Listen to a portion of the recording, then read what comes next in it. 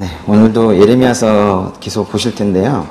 오늘은 예레미야서 11장을 보도록 하겠습니다. 오늘 그 11장의 14절부터 끝까지 볼 건데, 그 11장 14절부터 17절까지와 그 다음 18절부터 뒤에까지가 좀 많이 다른 내용인데요. 그 뒷부분이 좀 짧고, 그리고 또 이야기입니다. 그래서 그게 좀 더 이해하기 쉽고 해서 그 뒷부분부터 먼저 좀 볼게요. 네. 말씀의 뒷부분 11장 18절부터 보겠습니다. 거기에 어떤 내용이 나오냐면요. 예레미야가 불평을 하기 시작을 합니다. 그러면 하나님께서 대답을 하시고 또다시 한번 예레미야가 불평을 하면 하나님께서 또 대답하시고 하는 두 번의 불평이 나와요. 근데 그 중에서 11장 끝에까지는 한 번의 불평이 나오고 12장으로 넘어가게 되면 예레미야가 또 한 번 불평하게 되는 그런 내용이 나와요. 근데 우리 불평이라는 단어는 상당히 부정적인 단어로 쓰지 않습니까? 그래서 많은 사람들이 11장 끝부터 12장 처음까지 이제 예언자 예레미야도 지친 거예요. 그래서 불평을 한다라고 하지만 제가 보기에는 불평 1, 불평 2 이렇게 표현하는 것보다는 첫 번째 탄식, 두 번째 탄식 이 정도로 표현하는 게 좋겠는 그런 말씀인데요. 예레미야서 11장 18절 읽어보겠습니다. 여호와께서 내게 알려주셨기에 내가 그것을 알았다. 여호와께서 그들의 행위를 내게 보여주셨다. 여호와께서 내게 알려주셨기에 내가 그것을 알았다. 여호와께서 그들의 행위를 내게 보여주셨다 하셨는데요. 여호와께서 내게 알려주셨기에, 모르니까 알려주셨을 텐데요. 알려주셨기 때문에 겨우 내가 알았다라는 거예요. 도대체 뭘 알려주셨을까요? 이 내용을 보면요. 사람들이 예레미야를 죽이려고 합니다. 이제 드디어. 그래서 예레미야에 대한 살해 음모를 예레미야는 모르지만 하나님께서 지금 알려주고 계시다라는 거예요. 예레미야는 어떤 면에서는 상당히 순진한 예언자였던 것 같아요. 그래서 사람들이 자신을 싫어하는 건 알았어요. 매양 그 예언한다는 것이 이 나라 망할 거다라는 걸 예언하고 있다 보니까 사람들이 자신을 싫어하고 있다는 건 알고 있었지만 설마 죽일 생각까지 했겠는가? 설마 죽이기까지 하겠는가? 이렇게 이제 순진한 생각을 했던 것 같아요. 그런데 실제로는 사람들이 예레미야를 죽이려는 음모를 꾀하고 있었습니다. 19절 읽어보겠습니다. 나는 도살장으로 끌려가는 순한 어린 양 같았고 우리가 그 나무와 그 열매를 함께 없애자 생명의 땅에서 그를 잘라버리자 그래서 그의 이름이 더 이상 기억되지 못하게 하자 하면서 그들이 내게 음모를 꾸미고 있는지 알지 못했다. 이게 예레미야가 말하는 거예요. 나는 몰랐었다 하는 거예요. 예레미야를 죽이려고 하는 사람들은요. 뭐라고 말하냐면 우리가 그 나무와 그 열매를 함께 없애자. 지금 예레미야를 나무라고 비유하고 있는 건데요. 나무와 나무의 열매도 없애재요. 이게 뭐까지 없애자는 걸까요? 예레미야를 죽이고 예레미야가 여태까지 예언했던 것들 그런 것들까지 모조리 말살시키자라는 거예요. 그러면서 그 이름도 없애자고 그랬어요. 이름도 더 이상 기억되지 못하게 하자. 아주 뿌리부터 열매까지 처음부터 끝까지 완전히 예레미야와 관련된 것들은 말살시켜버리자. 너무도 싫었던 것 같아요. 그래서 예레미야를 이렇게 흔적도 없이 없애버리자라고 지금 살해 음모를 꾀하고 있는 건데 이름도 기억하지 못하게 후대 사람들이 예레미야라는 이름도 기억하지 못하게 하자 이랬었는데 정말 우스운 것은 지금 이 음모자들 예레미야를 죽이려고 했던 이 많은 사람들 중에 이름을 우리는 한 명도 알지 못합니다. 그러나 지금 예레미야의 이름은 우리가 다 알고 있고 또 기억하고 있고 그렇죠. 끝에 보시면은 그들이 내게 음모를 꾸미고 있는지 알지 못했다라고 했는데요. 그들이 너무도 비밀스럽게 은밀하게 이 음모를 꾸미고 있었기 때문에 예레미야는 몰랐지요. 그렇지만 이제 하나님께서는 아셨습니다. 심지어 예레미야는요. 사람들이 자기를 싫어하면서도 자신이 설교를 할 때 그 앞에 와서 듣고 있는 사람들이 있었기 때문에 그래도 일부는 자신을 따르는 줄 알았어요. 그런데 사람들이 듣는 척 하고 있었던 거예요. 그러니까 예레미야는 정말 몰랐습니다. 근데 예레미야가 이 살해 음모를 하나님께 들어가지고 사람들이 날 죽이려고 하는구나 라는 거를 언제 알았는지는 알 수는 없지만은 보면은 거의 실행된 게 이르렀을 때 그러니까 거의 몇 시간 후면 그 실행이 이루어지려고 할 때 그때쯤 알았던 것 같아요. 근데 그 말씀의 그 첫 부분에 보시면은 자신을 어떻게 표현하고 있냐면 나는 도살장으로 끌려가는 순한 어린 양 같았고 그랬어요. 이거 어디에선가 본 표현 아닙니까? 자신을 도살장으로 끌려가는 어린 양 같았대요. 이거 어디에 나오는 말씀이에요? 맞아요. 이사야서에도 있죠.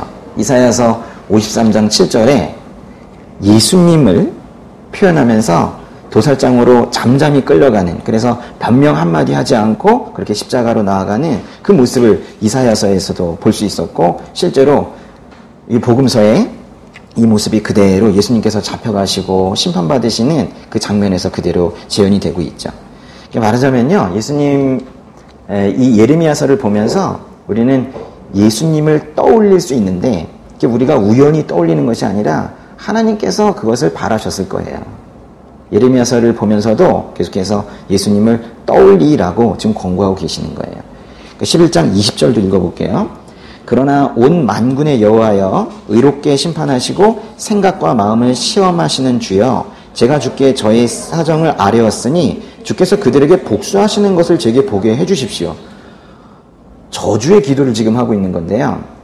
지금 자신이 살해당할 걸 모르고 있었는데 하나님께서 막상 알려주시자 이제 예레미야가 갑자기 그럼 저 사람들 좀 죽여주세요, 이렇게 지금 복수해달라고 하나님께 지금 기도하고 있는 거예요. 근데 이래도 되는 겁니까? 이거 중요해요. 저주의 기도, 즉 복수의 기도를 해도 되는 거예요? 예레미야는 지금 하고 있는데요. 그래서 사람들이 이거를 비난을 하면서 예레미야의 불평이다라고 지금 얘기하고 있는 거예요.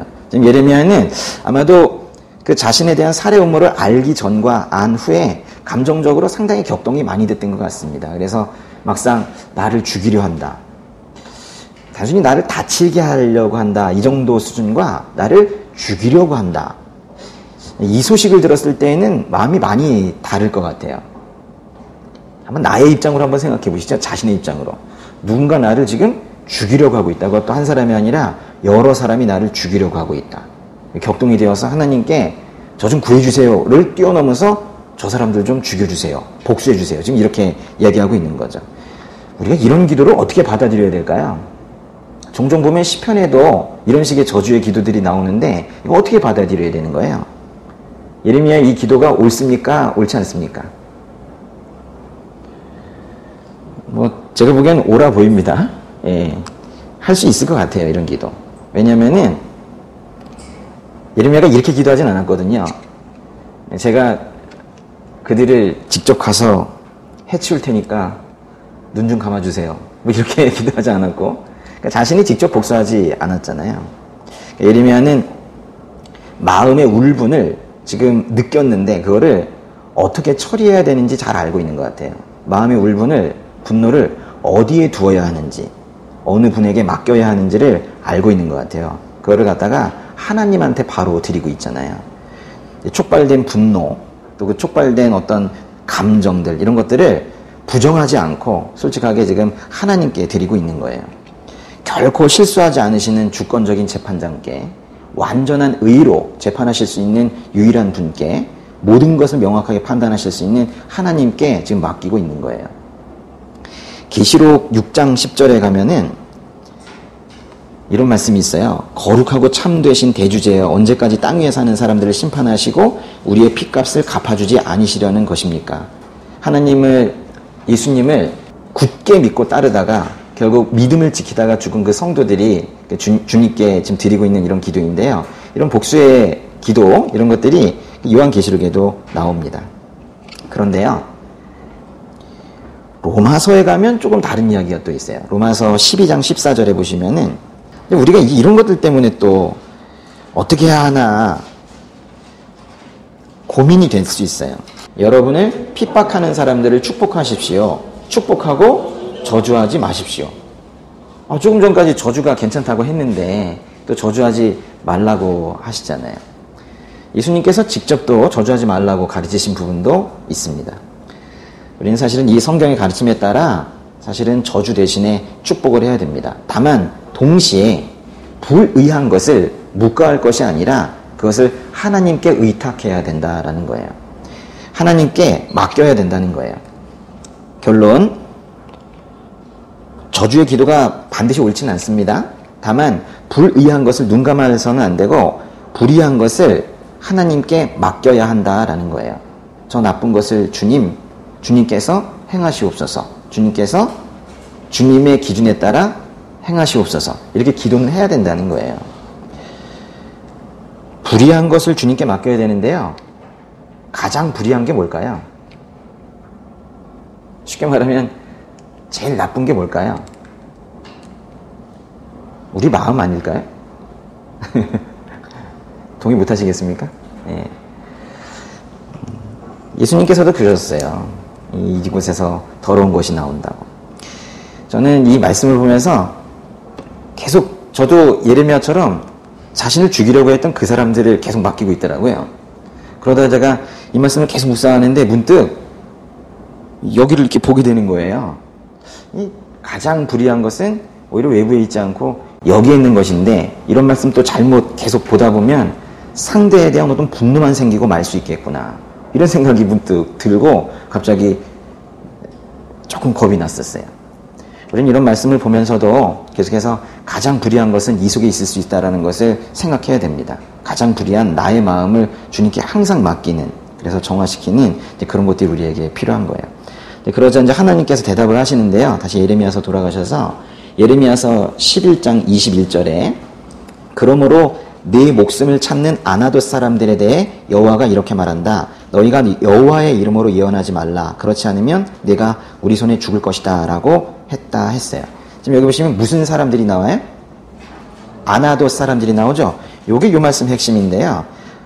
하나님께서 분명히 그 예레미야를 예언자로 부르실 때 너 좀 힘들어질 거다 그러셨거든요. 그래서 예레미야도 반대 세력이 있을 것이라는 건 분명히 알고 있었는데 백성의 반발이 이 정도일 줄은 몰랐어요. 심지어 자기를 죽이려고 할 정도인지는 몰랐어요. 심지어 이제 그들이 예레미야에게 뭐라고 지금 호통을 치고 있냐면 여호와의 이름으로, 즉 하나님의 이름으로 예언하지 말래요. 아니 예언자가 하나님의 이름으로 예언하는 사람인데 그거 하지 말래요.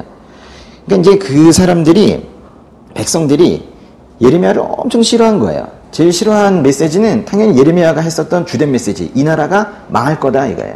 시국을 봐라, 이 나라는 망한다. 하나님 등진 이 나라는 망한다. 계속 그렇게 예언하고 있었던 거예요. 저도 이 자리에서 계속 축복하지 못하고 대한민국 지금 이대로 가다간 망한다, 이 얘기만 계속 한다면은 아마도 많은 분들이 떠날지도 몰라요.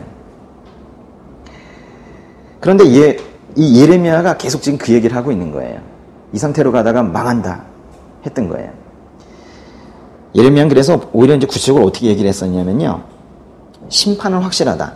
이 나라는 분명히 망한다. 심판이 확실하니까 조만간 하나님의 몽둥이로서 저 동쪽에서 바벨론이, 동북 쪽에서 바벨론이 올 텐데 바벨론이 오면 너희는 반드시 망하니까 싸우지 말고 항복하라 그랬어요. 아니 적이 오는데 싸우지 말고 항복하라고 하면 그건 매국노 아닙니까? 사람들이 그래서 실제로 예레미야를 매국노 취급을 했었어요. 백성들이 상당히 싫어했습니다. 예레미야는 인기가 없었던 그런 예언자예요. 다른 예언자들은 늘 하나님께서 구해주실 것이고 성전이 우리에게 있는 한 우리에게는 평화가 보장되어 있다 이렇게 얘기했는데 예레미야는 망할 거다라고 그랬어요. 바벨론 쳐들어오면 살아남기 위해서는 바로 항복하라 그랬어요. 그나마 그것도 목숨을 부지하는 유일한 방법이다. 항복하라 그랬어요. 얼마나 이게 유약한 메시지이며 비겁한 메시지예요. 근데 이것이 하나님께서 예레미야를 통해서 전달하려고 했던 메시지예요. 예레미야는 정말 힘든 예언자였었어요. 이런 예언을 하는 것이, 평생 하는 것이 그의 사역이었었단 말이에요. 왜 사람들이 이런 메시지를 싫어했을까요? 그 나라가 망한다라는 것도 싫어했겠지만은 사실은 궁극적으로는 왜 이 나라가 망하느냐? 우상숭배하고 하나님께 등 돌리고 죄 때문에 망한다는 거예요. 그러니까 사람들은 궁극적으로 이 예레미야가 그 백성들의 죄의 문제를 건드렸기 때문에 너희의 죄악이 가득 차서 이게 망한다, 우리나라가 망한다 라고 얘기했기 때문에 사람들은 이렇게 저 안에 있는 가장 은밀한 문제, 죄의 문제를 건드리면 이렇게 발끈하는 거예요. 심지어는 그 대언자를 죽이려고 하는 겁니다. 근데 예레미야는 그들을 저주하고 싶었던 게 아니라니까요. 오히려 이제 심판은 너무 확실해서, 죄가 가득해서 심판은 지금 확실한 기정사실화되었으니 살기라도 하려면 바벨론이 쳐들어왔을 때 항복하라. 지금 겨우 그렇게 얘기한 거였었거든요. 오히려 그들이 살 수 있는 길을 제시해준 그런 예언자였습니다. 근데 그 예레미야를 죽이려고 했었던 그 반대자들, 음모자들의 정체가 밝혀졌는데 그게 바로 아나돗 사람들이에요. 이게 누구게요? 예레미야서 처음 시작하는 1장 1절에 그 답이 나와요. 1장 1절에 뭐라 그랬어요? 예레미야가 어디 사람이에요? 베냐민인데 아나돗 사람이에요. 아나돗은 예레미야의 고향입니다. 그러니까 예레미야가 지금 더욱 놀라고 더욱 가슴이 아팠던 것은 예레미야를 죽이려고 했던, 그 생명을 노리려고 했던 사람들이 바로 고향 사람들이에요. 친척들이고 이웃들이었어요. 그 사람들은 저 형편없는 예레미야가, 매일 저주만 하고 다니고 있는 예레미야가, 이 나라 문제 있다고 얘기하는 예레미야가 자신의 고향에, 자신 지역의 명예를 실추시키고 있다고 생각을 한 거예요. 그래가지고 죽여야겠다 이렇게 생각을 한 거예요. 선지자, 즉 예언자는 고향에서 대접을 받지 못한다라는 예수님의 말씀이 있는데요. 그 대표적인 예가 바로 예레미야입니다. 모두가 예레미야를 냉대하고 조롱하고 왜 저렇게 사냐고 하고 그랬었어요. 근데 그 고향 사람들은 그 중에서 훨씬 더 가혹하게 예레미야를 당했던 거예요. 우리가 복음서를 많이 읽어서 예수님의 생애를 잘 알고 있다면 사실 예레미야가 겪고 있는 이런 상황들은 그리 놀라운 일도 아닙니다. 예수님의 생명을 가장 심각하게 위협했던 사람들이 바로 예수님의 고향 사람들이었었거든요. 그 다음 22절, 23절 볼게요. 예레미야서 11장 22절, 23절. 그러므로 만군의 여호와가 이렇게 말한다. 보라, 내가 아나돗 사람들을 처벌할 것이다. 젊은이들은 칼에 죽을 것이고 그들의 아들들과 딸들은 기근으로 죽을 것이니 그들 가운데 남은 자가 없을 것이다. 이는 그들을 처벌할 때 내가 아나돗 사람들 위에 재앙을 내릴 것이기 때문이다. 거기 칼과 기근이 나오는데요. 아주 완전하게 파멸을 시키실 거래요. 그래서 예레미야의 기도를 그대로 들으시는 것 같아요. 그래서 예레미야를 죽이려고 했었던 그 반대자들을 지금 완전히 파멸시켜 주시겠대요. 근데 하나님께서 지금 당장 그들을 죽이겠다고 말씀하시지 않고 23절에 보시면 그들을 처벌할 때 내가 아나돗 사람들 위에 재앙을 내릴 것이다 라고 하셨어요. 그들을 처벌할 때가 언제일까요? 지금 당장일 수도 있지만 그 후 언젠가일 수도 있어요. 이건 우리가 모르는 하나님의 때입니다. 하나님의 때와 우리의 때는 이렇게 다를 수가 있어요. 예레미야는 지금 너무나도 화가 나고 분노에 쌓여있고 격앙된 감정 때문에 저 살해하려고 하는 사람들, 저 살인자들 당장 죽여주세요 그랬지만 하나님께서 알았다라고 예레미야의 마음은 누그러뜨리면서 그러나 때가 있다라고 지금 말씀을 하신 거예요. 그 때가 언제인지는 지금 여기서는 알 수가 없는데 이 말씀을 보면서 어떤 사람들은 이것이 나중에 바벨론 포로로 끌려갈 때라고 해석하기도 하고, 또 어떤 사람들은 이 말씀이 결국 홀로코스트가 된 것이 아닌가, 그래서 유대인들이 이렇게 많이 죽은 것이 아닌가, 또 그렇게 해석하는 사람들도 있고 그렇습니다. 예레미야는요, 이렇게 많은 살해 위협도 받고 하면서 그 온 몸으로 고난을 견뎌냈던 그런 사람인데요. 지금 우리가 이 말씀을 왜 보고 있는 거냐면, 예레미야서를 보면서 참 예수님과 닮아있는 이 예레미야의 모습을 발견해 보자라는 거예요. 그래서 우리가 이제 그 다음으로 다루게 될 이 말씀을 보면서도 계속 예수님을 떠올리셨으면 좋겠다라는 바람에서 이 부분을 좀 먼저 본 거예요. 다시 앞쪽으로 가겠습니다. 11장의 14절인데요. 구약 성경의 모든 부분이 그렇지만 예레미야서 이 11장도 역시 하나님과 이스라엘의 관계를 다루고 있습니다. 말씀을 읽고 나면 결국 이제 다 읽고 나서 이런 결론에 이르게 되죠. 인간을 구원하시려는 하나님의 성실에도 불구하고 끝내 하나님께 불순종하는 인간의 죄악이 있구나, 이런 것을 우리가 이제 확인하게 되죠. 성경의 어디를 보더라도 그래서 우리는 이 하나님과 죄인의 관계를 만나게 됩니다.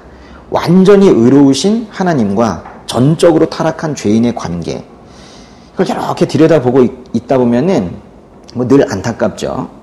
하나님께서는 늘 내 품으로 오라고 저 밖으로 가면 위험하다고, 내 품 안에 있어야 안전하다고, 저기로 돌면 다친다고, 생명이 위험하다고 그렇게 훈계를 하셔도 인간들은 늘 떠납니다. 어쩌면 그렇게 떠나려고 하는지 몰라요. 떠나서는 영영 돌아오지 않는 경우도 있고, 다행히 돌아오긴 하지만 만신창이 탕자가 되어서 돌아오기도 하고 그렇습니다. 모든 인간이 타락한 본성으로 태어나서 그렇게 살아간다는 것은 아무도 그 인생을 죄악에서 건져주지 않으면 평생 부패한 마음으로 부패한 언어만 쓰다가 부패한 행위만 하다가 결국 마귀의 손을 잡고 영원한 불못으로 던져지게 된다는 거예요. 더 간단히 말하면 아무도 도와주지 않으면, 아무도 구해주지 않으면 죄인으로 태어나서 평생 죄 지으며 살다가 전속력으로 달려서 결국 지옥으로 가게 된다는 거예요. 지옥으로 가게 된다는 거예요. 예수님의 가르침은 진실합니다. 하루하루 사역의 여정이 더 지나가면서, 하루하루 믿음의 여정이 더 지나가면서 제가 하루하루 더 확고해지는 게 있어요. 예수님의 가르침이 진실하다는 거예요. 예수님의 가르침만큼 위대한 것이 없다라는 것을 매일매일 말씀을 읽으면 읽을수록 더 굳게 믿게 됩니다. 예수님의 가르침이 진실해요. 예수님의 가르침이 위대합니다. 다른 어디에도 이러한 가르침이 없어요. 이것대로 사세요. 더욱 선명하게 예수님의 가르침이 위대하다는 것을 깨닫게 되시기를 바랍니다. 예수님께서 당시에 12제자를 세상으로 보내시면서 이렇게 말씀하신 적이 있으세요. 육체는 죽여도 영혼은 죽일 수 없는 사람을 두려워하지 말고 영혼과 육체를 한꺼번에 지옥으로 던져버릴 수 있는 그분을 두려워하라. 이렇게 말씀하신 적이 있으세요. 우리가 예수님을 믿는다면, 또 예수님의 가르침대로 살고자 다짐을 했다면, 그리고 또 매일 말씀을 읽어서 예수님의 가르침이 위대하다라는 것을, 예수님의 가르침이 진리라는 것을 깨닫는다면 이 말씀을 받아들여야 해요. 영혼과 육체를 한꺼번에 지옥으로 던져버릴 수 있는 하나님을 두려워하라. 지옥에 있으며 심판자가 하나님이시라는 그 말씀을 우리가 받아들이고 믿어야 하는 거예요. 선별적인 믿음이라는 건 없습니다. 예수님께서 위대하시고 그 가르침이 진실이라면 선별적으로 피조물인 우리가 하나는 받아들이고 하나는 받아들이지 말고 할 것이 없는 거예요. 그런데 우리가 천국 또는 지옥을 간다는 것을 한참을 생각을 하다가, 나는 천국 갈 인생을 살까? 지옥을 갈 인생을 살까? 어떻게 할까? 이러다가 한참 생각하다가 결정을 하는 게 아니에요. 지구가 이렇게 지금 빠른 속도로 돌고 있습니다. 지금도 돌고 있는데 그 속도를 모르는 것처럼 자신도 그렇게 빨리 오직 한 방향으로 전속력으로 지옥으로 지금 치닫고 있다라는 그 속도를 지금 느끼지 못하고 있을 뿐인 거지, 지금 우리는 한가하게 일로 갈까 절로 갈까 지금 그런 게 아니라 지금 한 방향으로 그냥 결정되어서 지옥으로 달려가고 있는 그런 인생들인 거예요. 아무도 구해주지 않는다면요. 이렇게 달리는 거예요. 슉 달려가고 있는 거예요. 전속력으로 지옥으로 달려가고 있는데 그때 하나님께서 개입하셔서 딱 잡아서 건져 올리시는 거거든요. 한번 생각해 보세요. 전속력으로 지옥으로 달려가고 있는데 하나님께서 갑자기 건져 올리시면은 우리가 속도감을 어떻게 느끼게 될까요? 휙 가다가 갑자기 건져 올리시면은 이러면서 갑자기 빠른 속도에서 누군가 건져 올리셔가지고 갑자기 속도가 멈춰버리게 되면 잠깐 흔들리면서 갑자기 이게 뭐지? 하는 느낌 들겠죠. 혹시 그런 경험을 하셨습니까? 전속력으로 멸망하는 삶으로 치닫고 있다가 갑자기 하나님께서 건져주신 그날 있잖아요. 그때 건져주셨을 때 갑자기 세상 모든 것이 속도가 그때부터 보이기 시작한, 멸망으로 치닫는 그 속도가 보이기 시작한 그 경험이 있으십니까? 그 경험, 갑자기 전속력으로 지옥으로 달려가던 그 속도감에서 갑자기 구원이 되었을 때, 건져졌을 때 세상이 이렇게까지 타락해가고 있구나라는 것을 갑자기 깨닫게 된 그 순간, 그 경험, 그걸 우리가 구원이라고 하는 거예요. 그때 이제 우리가 구원된 거죠. 결국 구원이라는 것은요, 여기에 반드시 두 당사자가 필요합니다. 자신이 자신을 구원한다라는 개념은 없어요. 전속력으로 다를 때 누군가 끌어올려줘야 되거든요. 구원에는 반드시 두 당사자가 필요합니다. 전속력으로 낭떠러지를 향해서, 절벽을 향해서 브레이크 고장난 차를 타고 달려가고 있을 때, 사실 우리 인생이 거의 그런데요. 또 우리 인생은 태어날 때부터 거의 모든 인생이 낭떠러지 거의 근처까지 달려가 있는 이런 상태이거든요. 그 상태에서 인생을 시작하는 겁니다. 그러니까 자신이 스스로 브레이크 잡아서, 브레이크도 망가졌다니까요. 스스로 설 수가 없습니다. 이제 셋, 둘, 하나 하면 떨어지는 거거든요. 가족도 친구도 그거를 막을 수가 없습니다. 하나님만이 우리를 구원하실 수 있으세요. 그래서 하나님께서는 우리를 구원하시고 싶으셔서 우리를 부르세요. 그래가지고 하나님께서는 구원을 하시고 구원하시는 일을 하시고 우리는 구원을 받기로 하는 그런 일을 한다라는, 이게 뭐 구원받는 게 무슨 그 일입니까? 그냥 구원하시면 받는 건데 마치 우리에게도 뭐 하는 게 있는 것처럼 계약의 두 당사자가 있잖아요. 그러니까 하나님께서 구원을 하시는 역할을 하시고 우리는 구원을 받는 역할을 하자라는 이런 계약을 맺고 싶어 하셨어요.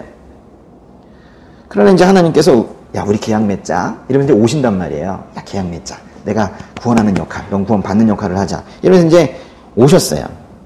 그래서 내가 그 계약에 따라 너에게 아주 완전하고 안전한 구원을 줄게 라고 이러면서 이제 다가섰더니 사람들이 뭐라 그러냐면 왜요? 이러면서 당신 누구예요? 왜 나를 구해요? 이러면서 이제 배척을 하는 거예요. 또는 어떤 사람들은 냅둬요. 제약가림 제가 하겠습니다. 이러면서 도저히 계약을 위한 합의가 되지 않는 거예요. 여러분, 계약을 하려면은 합의가 이루어져야 되잖아요. 합의가 안 되는 거예요. 아니, 하나님께서 뭘 달라고 하신 것도 아니고 그냥 주시겠다는 계약을 하겠다는데 이 계약이 이렇게 힘든 게 이게 인간들이에요. 고대 근동에서는 그 계약을 맺을 때 동물을 반으로 갈라요. 그래가지고 반으로 갈라서 양쪽에다 이제 쪼개가지고 고기를 놓고 바라보게 한 다음에 그 사이로 계약의 두 당사자가 이렇게 걸어갔거든요. 그런 의식을 한 거예요. 그걸 왜 했겠어요? 만약에 우리 둘의 계약을 어긴다면 이 고기 조각처럼 우리는 죽음을 받아들이겠다. 뭐 이런 거거든요. 창세기 15장에 보면은 하나님께서 아브라함이 잠든 후에 혼자 말씀하세요. 내가 널 구할 거야. 내가 이 땅을 너에게 줄 거야. 뭐 이렇게 말씀하시면서 그 고기 사이를 지나가시는 그런 장면이 있는데, 인간을 구원하시겠다라는 하나님과 이 인간 사이의 계약은 도저히 합의가 되지도 않고 오히려 구원이라는 것을 받는 그 수혜자, 그냥 받기만 하는 이 수혜자인 인간이 그 계약이 자신의 인생에 반드시 필요하다라는, 필수적이라는 것을 알지도 못하니까 하나님께서 이제는 합의를 구하지 않으시고 일방적으로 계약을 맺으세요. 그렇게 이제 맺으신 것을 뭐라고 하냐면 하나님의 언약이라고 그래요. 언약을 히브리어로는 베리트라고 하는데요. 오늘 그 나눠드린 이 글자를 조립을 해서 이제 베리트를 만듭니다. 베리트라고 하는데, 이 베리트라는 말 자체가, 그 말 자체의 의미가 둘로 끊어 놓는다, 둘로 갈라 놓는다, 뭐 그런 의미예요. 근데 이제 이 언약이라는 거, 사실 하나님께 유리한 게 뭐가 있겠어요? 전적으로 인간에게 유리한, 인간에게만 특혜가 있는 이런 언약이에요.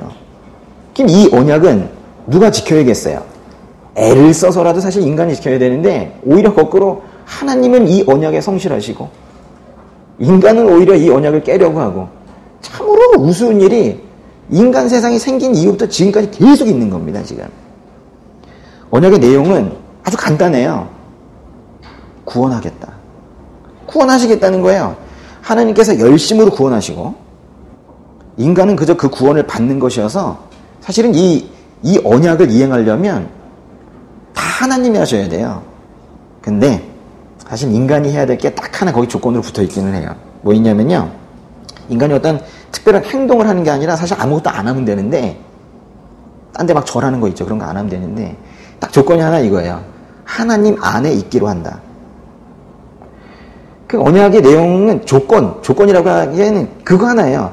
딴 데 가지 않는다. 응? 엄한 데 가지 않는다. 응? 하나님 안에 그 안전한 곳에 그냥 있는다. 그거 하나거든요. 돌멩이 앞에서 절하지 말고, 고목나무 앞에서 절하지 말고, 손으로 만든 아세라 목상이나 바알 제단 등에서 절하지 말라는 거예요. 즉 우상 숭배하지 말라. 그럼 나머지는 다 하나님께서 하시겠다. 다 그 얘기거든요. 다시 예레미야서 좀 보시면요, 예레미야서 오늘 14절부터 보시겠지만 그 앞에 8절 잠깐 보세요. 8절 같이 한번 읽어보겠습니다. 예레미야서 11장 8절. 그러나 그들은 순종하지 않았고 귀를 기울이지도 않았다. 오히려 모두가 각자 자기들의 악한 마음의 완고함을 따랐다. 그래서 내가 그들에게 지키라고 명령한 이 언약의 모든 말씀을 그들은 행하지 않았다. 이 말씀은요, 지금 이 메시지를 듣고 있는 그 이스라엘 사람들의 조상들이, 그 조상들이 언약을 깼다는 거예요. 근데 그 다음에 10절 한번 읽어보세요.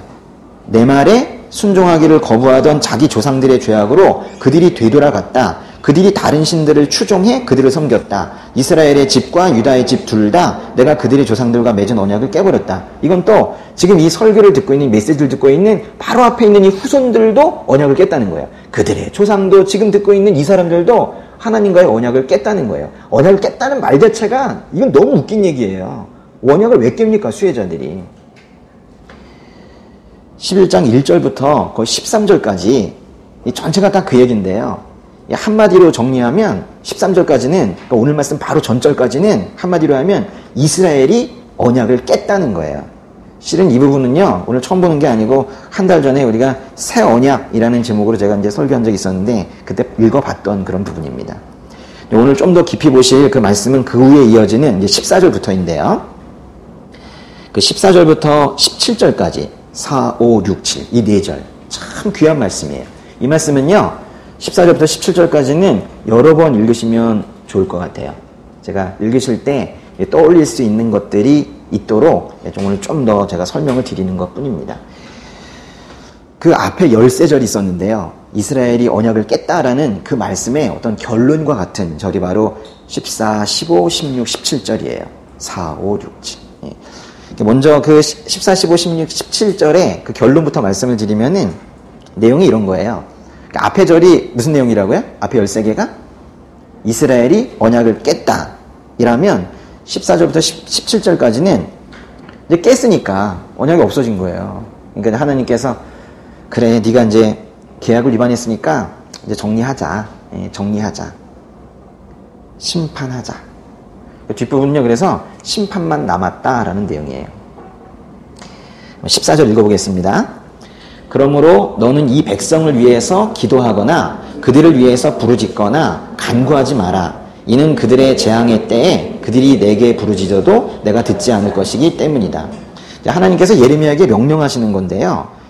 이 백성을 위해서 기도하지 말라고 하세요. 하나님께서는 이전에도 예레미야에게 기도하지 말라고 말씀하신 적이 있으세요. 예레미야서 7장 16절에 보면 그러니 너는 이 백성을 위해 기도하거나 그들을 위해 부르짖어 구하지 마라. 내게 간구하지 마라. 내가 내 말을 듣지 않을 것이다. 나중에 14장과 15장에도 가면 또 이 말씀을 또 하세요. 하나님께서 기도하지 말라고 하시는 것은 돌이키기에는 너무 늦었다라는 거예요. 그래서 이제는 더 이상 그 이스라엘 백성들의 간구나 기도 뭐 이런 것들을 심지어 예레미야의 기도까지도 지금 듣지 않으실 거라는 거예요. 이제 정말 이스라엘을 심판하시기로 이제 정말 결정하셨고 이제 그 결정은 최종적인 것이기 때문에 다시는 번복되지 않을 것이다. 이런 말씀을 하시는 겁니다. 이제 누군가 이 백성을 불쌍히 여겨주세요 라고 눈물을 흘리면서 중보기도를 해도 안 된다는 겁니다. 나라를 위해서 기도하세요. 이 나라, 갑자기 이스라엘 얘기를 하다가 우리나라 얘기를 해서 그렇지만 이 나라를 위해서 기도하세요. 제가 보기엔 풍전등화인데 그렇습니다. 그래서 이 나라를 위해서 기도하세요. 위정자들이 하나님 따라서 살 수 있도록 그 뜻에 따라 정책할 수 있도록 그래서 기도하세요. 왜냐하면 중보기도에 때가 있기 때문에 그래요. 여기 보세요. 이미 늦은 때가 있잖아요. 더 이상 기도가 효력이 없는 때가 있다는 걸 지금 말씀을 통해서 배우는 거예요. 모든 중보기도가 하나님의 징계를 막을 수 있다는 환상은 버려야 합니다. 죄악이 너무 크고 또 지속적일 때, 죄악이 너무 크고 지속적일 때 수천 번의 회개의 기회를 주었는데도 회개하지 않았을 때, 그래서 하나님의 진노가 극에 달했을 때, 그 이후에 하는 중보기도는 효력이 없다는 거예요. 그래서 하나님께서 심지어 중보기도 금지 명령을 지금 내리고 계시는 거예요. 우리는 이런 말씀을 통해서 참 죄라는 게 무섭구나. 죄가 중보를 덮어버리는 상황까지 갈 수 있구나 라는 것을 배우게 되는 거예요. 잠언에 보면요, 잠언 1장 28절에 이런 말씀이 있어요. 잠언 1장 28절에 그제야 너희들이 나를 부르겠지만 내가 대답하지 않을 것이며 너희들이 나를 찾겠지만 찾을 수 없을 것이다 라는 말씀이 있는데요. 위기가 올 때까지 이 지혜를 무시하고 살다가 막상 위기가 닥치니까 다 늦은 그때야 뭐 지혜에게 달려간다는 뭐 그런 말씀입니다. 너무 늦기 전에 하나님의 지혜를 구해야 되는 것처럼 너무 늦기 전에 하나님 안으로 들어가야 되고 너무 늦기 전에 회개해야 합니다. 회개는 항상 시한이 있다는 걸 알아야 돼요. 민족의 회개에도 개인의 회개에도 시한이 있다는 걸 알아야 돼요. 다시 예레미야서로 돌아가셔서 예레미야서 11장에 이제 15절 읽겠습니다. 내 사랑하는 자가 많은 악한 행위를 했으니 내 집에서 무엇을 할 것인가? 희생제물이 너를 처벌로부터 면하게 할 수 있겠느냐? 너는 악을 행하고는 즐거워하는구나. 무슨 뜻인지 이해가 좀 되시겠나요? 이 말씀은 이런 뜻입니다. 너는 정말 악한 행위를 아주 몸에 달고 사는구나. 내 집, 성전인데요. 내 집인 성전에서 너 지금 뭘 하고 있는 거냐? 너희들이 제사 지낸다고 지금 바치고 있는 그 제물고기, 그 희생제물이 너희 죄를 없애서 너희를 처벌로부터 면하게 할 수 있다고 생각하느냐? 자기 스스로는 전혀 변화될 생각도 안 하면서 그저 제물만 드리면 된다고 생각하는 거냐? 몸은 성전에 있으면서 생각은 달리 가 있고 다른 궁리를 하고 있고 제사를 드리기는 하지만 기쁨은 없고 제사를 드리면서 정작 기쁨은 다른 악행을 하면서 죄를 지으면서 거기에서 찾고 있구나 이런 말씀이에요. 요즘식으로 표현한다면 교회 안에 머물면서도 딴 생각을 하고 있고 예배 드리는 건 형식이 되었고 실제 즐거움은 다른 곳에서 찾고 있구나 이런 말씀이에요. 하나님에 대한 사랑이 없이 몸만 왔다 갔다 하는 그런 지금 상태를 지금 얘기하고 있는 거예요. 이 말씀은요, 늘 이렇게 이제 해석을 하는데, 제가 이 말씀을 쭉 이렇게 보면서, 이 말씀에 또 다른 의미가 있다는 걸 제가 깨닫게 되었어요. 제가 깨닫게 됐다는 표현은 상당히 교만한 표현일 수도 있는데, 좀 느끼게 되었습니다. 예. 상당히 두 가지 의미가 있는 것 같아요. 겉으로 보면은 하나님께서 좀 책망만 하시는 것 같아요. 이 말씀엔 그러나 하나님의 크신 사랑이 여기에 숨겨져 있습니다. 15절 시작하는 말씀 보세요. 뭐라고 시작하고 있어요? 내 사랑하는 자가 그랬죠. 어떤 사람들은 이 표현이 하나님의 애틋한 감정을 나타내는 것이다 라고 말하기도 하고 또 어떤 사람들은 역설적으로 백성의 악함을 오히려 강조하는 표현이다. 역설적으로 오히려 조롱하는 거다. 뭐 이렇게 말하기도 해요. 어느 쪽이 맞는 것 같으세요? 여기에 쓰인 게 내 사랑하는 자라는 표현이 있잖아요. 이 표현은 성경에 아주 드문 표현입니다. 그리고 아가서에도 사랑하는 자여 있지만요. 이런 표현 쓰지 않아요. 예레미야서에서는 여기에 나오는 이 사랑하는 자여라는 이 표현이 딱 한 번 나옵니다. 히브리어로는 예디드라는 표현을 쓰는데요. 예디드라는 이 표현은 아주 드문 표현이에요. 이거는요. 그냥 사랑도 아니고 아주 매우 사랑하는 자여 이런 뜻이거든요. 이런 거예요. 바라보고만 있어도 좋은 거 있죠. 그래서 완전히 반해서 참 너 아름답구나. 그래서 이렇게 바라보는 거 있죠. 완전히 반해서 참 아름답구나. 내 사랑하는 자여. 이럴 때 쓰는 표현이거든요. 애인이라는 표현 있죠. 그 단어랑 상당히 가까운 그런 단어입니다. 하나님께서는 지금 이스라엘을 선택하셨고 예디드, 참 사랑스럽다 이렇게 말씀을 하셨는데 이제 그 관계는 너무 멀어져 버렸습니다. 이스라엘이 하나님의 그 사랑을 잘 모르고 일방적으로 떠난 거예요. 그런데 15절의 그 말씀을 보세요. 언약을 깨버린 이스라엘 백성에게 지금 혹독한 심판을 선언하는 그 문장이 쭉 뒤에 이어지고 있는데 그 심판의 선언 한복판에서 예디드, 나의 사랑하는 자여, 내가 매우 사랑하는 자여 지금 이렇게 말씀하시는 거예요. 그래서 15절 말씀을 제가 감히 하나님의 마음으로 다시 읽어보면요. 내 사랑하는 자야, 성전에서 무엇을 하려고 하느냐? 그런 희생제물을 바친다고 해서 구원이 되겠느냐? 너는 어떻게 해야 구원이 되는지 모르고 오직 죄악으로 치닫고 있구나. 비슷한가요? 근데 뉘앙스가 좀 달라요. 네가 바친 희생제물은 너의 구원에 아무런 효력이 없다. 심지어 너 자신을 희생제물로 드린다 하더라도 너는 구원을 이룰 수 없다. 이제 너와의 모든 언약관계가 끝이 났고 우리 관계가 완전히 끝이 난 것 같지만 내가 새 언약을 맺어서 너를 처벌로부터 면하게 할, 그 말씀이 거 있잖아요. 15절에 보세요. 너를 처벌로부터 면하게 할 수 있는 진정한 희생제물은 내가 준비하겠다 라고 거기에 말씀하시지는 않았지만은 내 사랑하는 자로 시작하는 이 말씀의 행간에서 저는 그런 마음을 읽게 되었어요. 여러분도 그렇게 읽혀지시나요? 그러니까 심판을 선언하는 순간에도 내 사랑하는 자, 그것도 매우 사랑하는 자, 보기만 해도 참 아름다운 자라고 부르면서 시작하는 이 말씀을 보면서 끝내 자기 백성을 포기하지 않으시는 그 하나님의 뜨거운 사랑을 느낄 수 있기를 바랍니다. 16절 볼게요. 16절 읽겠습니다. 여호와께서 너를 아름답고 좋은 열매를 맺는 푸른 올리브 나무라고 부르셨다. 그러나 강한 폭풍 같은 소리로 여호와께서 그것을 불사르고 그 가지들을 부러뜨릴 것이다. 그 개역개정이라는 번역에서는 말씀을 이렇게 합니다. 여호와께서는 그의 이름을 일컬어 좋은 열매 맺는 아름다운 푸른 감람나무라 하였었으나 큰 소동 중에 그 위에 불을 피웠고 그 가지는 꺾였도다. 이전에는 감람나무라고 번역한 것들이 요즘엔 많은 번역본에서 올리브나무라고 바뀌어가고 있습니다. 우리말 성경 이 번역본에서도 올리브나무라고 표현하고 있는데요. 같은 거예요. 호세아라는 예언자도 있어요. 호세아라는 예언자도 그의 어린 가지들은 자라날 것이고 그의 영광은 올리브나무 같을 것이고 라고 하면서 이스라엘을 올리브나무에 비유한 적이 있습니다.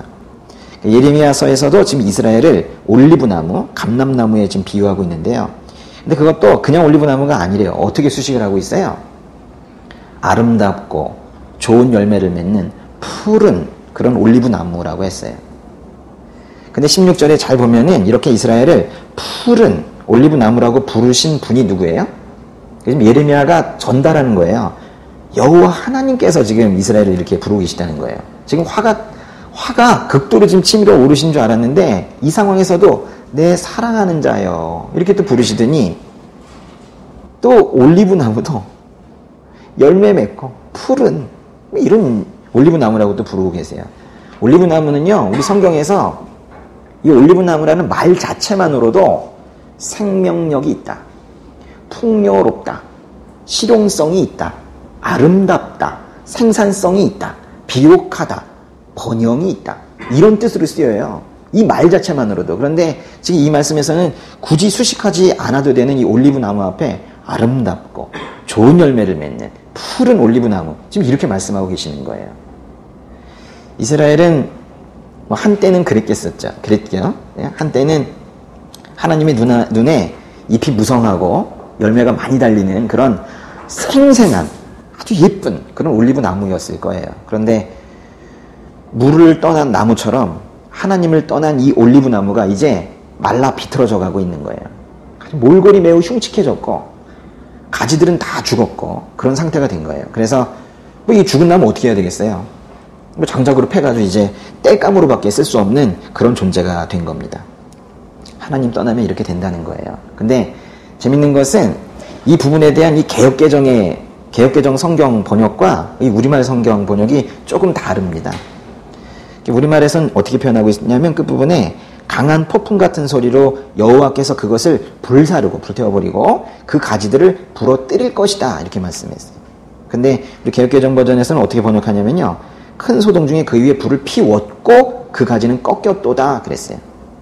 모두 하나님께서 이제 그 죽은 올리브나무를 불태워버리고 가지를 꺾어버신다는 말씀인데 이 성경에서는 번역하기를 불사르고 가지들을 부러뜨릴 것이다 라고 앞으로 그렇게 하실 것처럼 번역을 했는데 사람들 많이 보고 있는 이 개역개정 성경에서는 불을 피웠고 그 가지는 꺾였도다 라고 이미 과거형처럼 이미 그렇게 불태워지고 가지는 다 꺾인 것처럼 번역을 해놓았어요. 근데요, 이 두 번역이 다 맞아요. 이게 문법적으로 보면 이 지금 여기서 불태웠다라는 말과 꺾었다라는 말 이런 말들을 이 동사가 그 히브리어 문법의 완료형이라는 거거든요. 우리 영어에도 완료형이라는 거 있죠. 이 특별히 이런 것들을 예언적 완료형이라고 하는데, 그러니까 예언이 반드시 이루어진다는 거예요. 그러니까 이루어질 수도 있고 그렇지 않을 수도 있다는 게 아니라 확실히 이루어진다는 거예요. 그러니까 예레미야는 지금 그 예언이, 자기가 지금 하고 있는 예언이 반드시 이루어질 것이기 때문에 그 사건이 이미 일어난 것처럼 지금 확실하게 표현을 하고 있는 건데요. 예레미야가 확실한 심판을 하는, 그래서 예레미야는 지금 인간 예언자로서 이스라엘 너희들은 확실하게 심판을 받는다라고 지금 그렇게 선포를 하고 있는 이 과정에서도 하나님께서는 지금 이스라엘을 뭐라고 부르고 계세요? 아름답고 좋은 열매를 맺는 푸른 올리브 나무라고 하셨다는 이 기록을 한번 보세요. 얼마나 이게 가슴 저린 표현이에요. 나의 사랑하는 올리브 나무가 결국 생명의 근원인 나를 떠나서 말라 죽어가는 것을 보면서 결국 불태워질 것이라고 말해야 되는 이 하나님의 아픔을 이 말씀에서 우리가 같이 읽을 수 있으면 좋겠어요. 사도 바울이라는 분이 있죠. 사도 바울은 하나님의 백성을 지금 이렇게 올리브 나무로, 그리고 또 그 백성의 한 사람 한 사람, 그 구성원들을 가지로 표현하고 있는 이 예레미야서의 말씀을 분명히 잘 알고 있었고, 이 말씀을 떠올리면서 그 3차 선교 여행 중에 편지를 하나 씁니다. 요즘에 저희 지금 사도행전 말씀 묵상이 3차 선교 여행이 좀 거의 다 끝났는데요. 3차 선교 여행 중에 고린도라는 곳에서 로마의 편지를 한 통 썼습니다. 그게 뭘까요? 그게 로마서겠죠. 그렇죠? 그 로마서에서 이 예레미야서의 말씀을 떠올리며 한 구절을 쓰는데요. 이거 잠깐 찾아보겠습니다. 로마서 11장 17절. 그런데 가지들 가운데 몇 개가 부러졌는데 돌 올리브 나무인 그대가 그들 가운데 접붙임을 받아 참 올리브 나무 뿌리의 자양분을 함께 나눠받는 사람이 됐으니, 그런데요. 여기서 돌 올리브 나무는 우리와 같은 이방인을 말하는 것이고 참 올리브 나무는 유대인을 말하는 거예요. 이방인이 접붙임을 받아 참 올리브 나무의 자양분을 함께 나눠 받게 되었다라는 뜻이에요. 그 18절, 19절도 읽어볼게요. 그 가지들을 향해 자랑하지 마십시오. 자랑한다 할지라도 그대가 뿌리는 지탱하는 것이 아니라 뿌리가 그대를 지탱한다는 사실을 명심하십시오. 그러면 그대는 가지들이 부러진 것은 나로 접붙임을 받게 하기 위한 것이었다라고 말할 것입니다. 여러분, 이 말씀에 지금 나타난 접붙임이라는 거 있잖아요. 그 큰 가지에다 뭐 이렇게 붙이는 거 있잖아요. 이 접붙임이 다소 이상한 겁니다. 정상적인 접붙임은 어떻게 하냐면, 그 돌 올리브 나무, 돌 감람나무라고 또 그 개혁개정에서 했는데, 저도 좀 표현이 좀 어색합니다. 항상 감람나무라고 읽다가, 돌 올리브 나무가 열매를 맺기 위해서는, 그러니까 아주 형편없는 나뭇가지가 열매를 맺기 위해서는 어떻게 해야 돼요? 그 돌 올리브 나무에, 참 올리브 나무에 가지를 접붙여줘야 돼요. 그런데 이제 오히려 지금 돌 올리브 나무의 가지를 참 올리브 나무에 접붙이고 있는 거예요. 이게 얼마나 우스운 거냐면, 제대로 된 메인 가지가 있는데 거기에다가 그냥 열매도 맺지 못하는 쓸데없는 가지를 갖다 끼워 놓는다는 거예요. 이런 접붙임이 어디 있어요? 그렇다고 얘 보고 살아나라고 이렇게 접붙이지는 않거든요. 돌 올리브 나무라는 것은 제대로 열매도 맺을 수 없는 쓸데없는 가지라는 것인데요. 그걸 못하러 참 올리브 나무에 접붙이겠어요? 버리면 되지. 그런데 하나님께서는 그렇게 하셨다는 거예요. 이 쓸데없는 가지들이 참 올리브 나무의 뿌리에 자양분을 함께 먹을 수 있도록 그렇게 붙여주셨다는 거예요. 이건 하나님께서 이스라엘에게 주신 그 언약의 복에 이방인들이 함께 참여할 수 있게 해주셨다는 거예요. 그래서 이방인들에게 착각하지 말라고 하는 겁니다. 이방인 가지가 뿌리를 보존하는 것이 아니고 뿌리가 너를 보존한다는 사실을 잊지 말라고 지금 하시는 거예요. 로마서 펴놓고 계시는데 그 11장에 20절도 같이 읽겠습니다. 20절. 그렇습니다. 그들은 믿지 않음으로 부러졌고 당신은 믿음으로 서 있습니다. 마음의 교만을 품지 말고 오히려 두려워하십시오. 바울은 지금 이방인 신자들에게, 그러니까 유대인이 아닌 이방인 크리스천들에게 교만하지 말라고 지금 경고합니다. 그들이 구원을 얻는 이유는 그들이 유대인들보다 선하기 때문이 아니라 아브라함의 하나님, 이삭의 하나님, 야곱의 하나님이 이방인을 구원하기로 작정하셨기 때문에 구원이 된 거지, 뭐 특별히 또 유대인보다 나아서도 아니라는 거예요. 유대인들도 이방인들보다 낫다라는 생각을 해서는 안 되겠지만 그 거꾸로도 마찬가지입니다. 그런데 이제 지난주에 그 이스라엘 여행 가서 예루살렘에서 이 로마서를 읽으면서, 특별히 로마서 11장 21절 읽으면서 딱 이 20절에서 제가 눈물이 터져가지고, 제가 여러 번 말씀드리지만 저는 잘 안 우는 사람입니다. 근데 그때 눈물이 흐르더라고요. 21장 20절에서. 유대인들을 보며 혀를 끌끌 차면서 저도 모르게 제 안에 교만이 자리 잡고 있었다라는 것을 제가 느꼈어요. 제가 또 눈물이 사실 좀 더 흘렀던 이유는 돌 올리브 나무, 돌 감람나무에 불과했던 저를 이렇게 구원하신 것이 그 예루살렘에 가서 새삼스럽게라는 표현을 경박하게 써도 되는지 모르겠지만 새삼스럽게 너무 감사한 거예요. 우리 착각하지 말아야 됩니다. 우리 교만하지 말아야 돼요. 저 유대인들 예수님 죽이고 예수님 버리더니 저렇게 됐구나.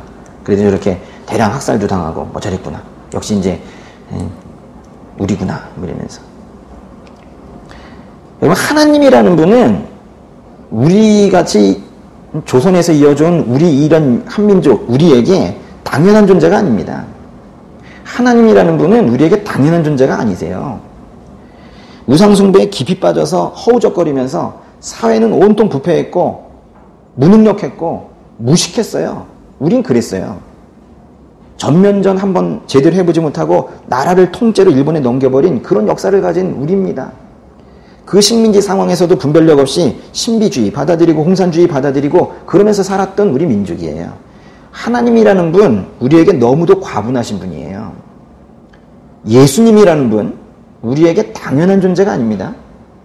아시아의 저 끝 서쪽 끝에서 아시아의 동쪽 끝에 있는 우리를 위해 한 분이 십자가에서 대신 죄값을 치르시고 가실 이유가 뭐가 있겠어요?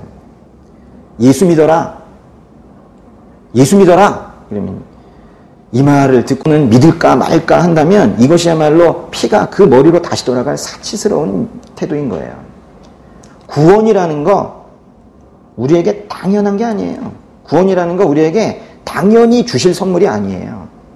예수님의 남은 고난을 채우겠다고 이 한반도까지 와서 죽은 그 많은 선교사님들의 피값이 없었다면 우리가 어떻게 이렇게 그리스도인이라는 영예로운 호칭을 가질 수 있겠어요?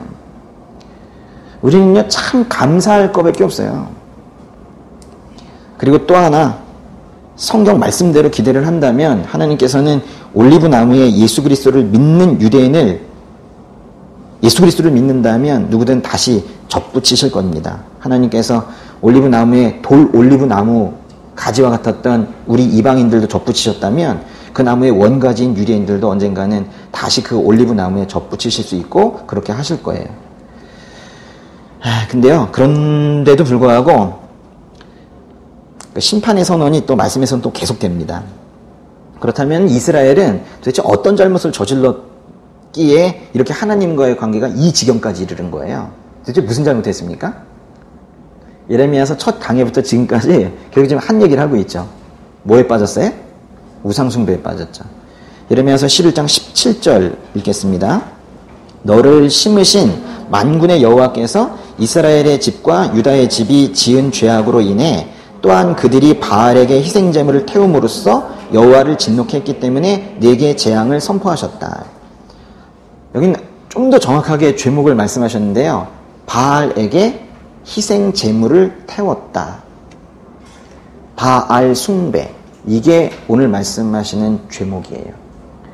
이스라엘이 이집트에서 탈출해서 광야 생활을 마치고 가나안 땅에 들어갔을 때 바알을 섬기던 가나안들이 있었는데 그들을 모두 쫓아내지 않았고 결국에는 그들과 결혼까지 하는 사람들도 생겼고 그래서 그 영향을 받았습니다. 농경 생활을 주로 하던 때였기 때문에 비를 내려주는 게 얼마나 중요해요. 근데 그 비를 내려준다라고 생각했던 그 바알을 그래서 숭배를 한 겁니다. 제가 지난 수요 예배 때 말씀드린 것처럼 삶의 결핍 속에서 시작된 그 우상숭배는 아주 질겨요. 배워도 다시 돋아나는 그런 잡초처럼 매우 질깁니다. 아주 잘 안 끊어져요. 쉽게 말하면 배가 고파서 먹고 사는 문제 때문에 우상숭배하게 됐다. 그거 못 끊어냅니다. 아주 그런 먹고 사는 문제 때문에 생긴 우상숭배가 지독하게 질긴데 지금 그것에 이스라엘이 계속 끌려가고 있는 거예요. 그러나 하나님께서는 그 거짓 우상에 절하는 것을 가장 싫어하세요. 예레미야서도 이사야서도 호세아서도 다 그 얘기입니다. 근데 그거는요 결국에는 그 백성들을 위한 건데요. 우상은 그 자체가 헛된 거예요. 그러니까 그거 따라가지 말라는 겁니다. 풍요의 하나님을 떠나서 헛된 우상을 쫓아다니는 것은 그 자체가 스스로 말라 비틀어진 올리브 나무가 되겠다는 거랑 마찬가지인 거예요. 이 말씀에는요, 좀 그 약간의 언어 유희가 있는데요. 거기 보시면은 이랬잖아요. 너를 심으신 만군의 여호와께서 이스라엘의 집과 유다의 집이 지은 죄악 그랬죠. 동그라미를 칠 수 있으신가 모르겠는데 죄악에 한번 동그라미 쳐보세요. 죄악으로 인해서 또한 그들이 바알에게 희생제물을 태움으로써 여호와를 진노케 했기 때문에 내게 재앙을 선포하셨다. 재앙의 동그라미. 지금 우리 번역에서는요, 너희 죄악 때문에 너희가 지금 재앙을 받게 됐다. 이렇게 죄악, 재앙 이렇게 다른 단어로 번역을 했지만 히브리어에서는 사실 같은 단어예요. 오늘 교보제로 나눠드린 이 엽서를 보겠습니다. 여기 보시면은 히브리어 단어 중에서요, 저기 맨 밑에 줄에 가운데 있는 단어 있죠. 거기 옆에 사람 그림이나 이런 것들은 글씨가 아닙니다. 예, 옆에. 예. 그리고 이제 보시면 이렇게 생기지 않았어요? 이렇게? 맞죠? 예, 이게 이제 뭐라고 돼 있어요? 여기 래쉬라고 했죠. 래쉬. 그래서 우린 발음을 한다면 리을 발음이 나요. 리을 발음. 래쉬. 있고 히브리어는 오른쪽에서 왼쪽을 씁니다. 그래서 이제 거기에서 한 칸 더 위로 올라가서 옆에 보시면은 거기 아인이라는 거 있어요. 여기에서 이렇게 올라가. 아인. 요렇게 생긴 거 있죠? 이렇게 생긴 거. 보이십니까? 예, 거기. 어떤 사람이 뭐 이러고 있는데 있죠. 그리고 저 위에서 두 번째 줄에 가운데 있는 요렇게 생긴 게 있어요. 요렇게 생긴 거. 여기. 이걸 이제 저쪽으로 읽으면서 라아 이렇게 읽어요. 라아. 이 죄악이라는 단어가 라아 그렇습니다. 이렇게 읽어요. 라아. 죄악도 재앙도 라아예요. 그러니까 우리는 한글로 볼 때는 이게 무슨 뜻인지 모르겠지만 히브리어로 이걸 보는 사람들은 깜짝 놀라는 거예요. 이런 뜻이거든요. 이스라엘과 유다, 지금 너희들은 라아 때문에 라아를 받게 된다. 스스로 심은 대로 거둔다. 지금 이렇게 지금 선포되고 있는 거예요. 이 느낌이 다르죠. 그죠? 너희는 심은 대로 거둔다. 우상숭배를 왜 하나요? 왜 하나님 이외의 다른 것들에 자꾸 관심을 가져요? 인간의 이 천한 생각으로는 한 분의 신을 숭배하는 것보다는 여러 신들을 함께 숭배하는 것이 유리하다고 생각할 수도 있어요. 실은 우리 민족이 계속 그렇게 살아왔죠. 심지어는요, 집에도 신이 많았죠. 장소마다 신이 있었잖아요. 저 뒤에 가면 산신이 있고, 부엌신이 있고, 마당신이 있고. 다신주의라고 하는데요. 이게 지금 우리가 말하는 우상숭배랑 크게 다를 게 없어요. 다신주의. 결국 이게 성경에서 말하는 가장 큰 죄 중에 하나입니다. 뭐 투자, 재정 하면 여기 또 전문가가 계시는데, 그죠? 그 투자 전략에 그런 거 있죠. 그 하나를 여러 군데 자산을 나눠 담는다. 그 포트폴리오 전략이라고 하지 않습니까? 그죠? 그렇죠? 예. 투자할 때는 포트폴리오 전략이 있어요. 여기저기 나눠 담습니다. 어디에서 샘이 터져 나올지 모르니까 여기저기 담죠. 근데 신앙에는 포트폴리오 전략이라는 게 없습니다. 우리 마음에는 오직 한 분을 향한 그런 사랑만 있어야 되는 거예요.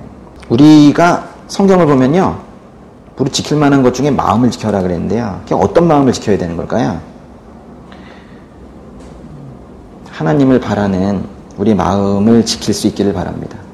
제가 오늘 계속 시국이 뒤숭숭하다 뭐 이런 얘기를 하고 있는데 제가 보기엔 그렇긴 합니다. 근데 그럴수록 누군가를 비난하고 분노하고 이럴 것이 아니라 우리가 지금 이 시기에 그리스도인으로서 우리가 해야 될 것은 그 마음을 지키는 거예요. 하나님을 향한 그런 마음을 지키는 겁니다.